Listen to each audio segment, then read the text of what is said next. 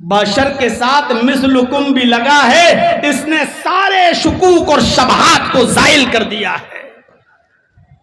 میں انسان ہی نہیں بلکہ تمہاری طرح کا انسان ہوں، تمہارے دو ہاتھ میرے بھی دو ہاتھ، تمہارے دو پیر میرے بھی دو پیر، تمہارے دو کان میرے بھی دو کان، تمہاری دو آنکھیں میری بھی دو آنکھیں، تم چلتے پھرتے ہو میں بھی چلتا پھرتا ہوں، تم کھاتے پیتے ہو میں بھی کھاتا پیتا ہوں، تمہاری شادیاں ہوتی ہیں میری بھی شادی ہوئی، تمہارے بیوی ہیں میری بھی بیویاں تھیں، تمہارے بچے میرے بھی بچے، تمہیں دکھ پہنچتا ہے مجھے بھی پہنچتا ہے، تمہیں خوشی پہنچتی ہے مجھے بھی خوشی پہنچتی ہے، خوشی اور غم جیسے تمہیں لائق ہوتا ہے مجھے بھی ہوتا ہے، تم بھی بشر میں بھی بشر، مثلکم بلکہ بالکل میں تمہاری طرح ہوں، اٹھنے میں بیٹھنے میں چلنے میں پھرنے میں کھانے میں شادیوں میں بیاہ میں تمہاری طرح ہوں، ہاں لیکن مقام و مرتبے میں تم سے بہت بلند ہوں، مقام و مرتبے میں تم سے بہت اونچا ہوں، اس لیے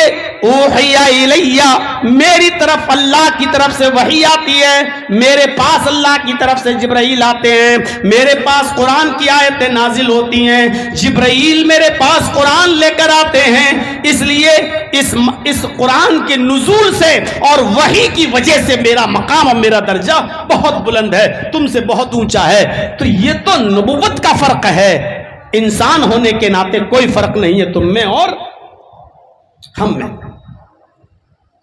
خود اللہ کے نبی صلی اللہ علیہ وسلم بھی لوگوں سے یہی کہتے رہے۔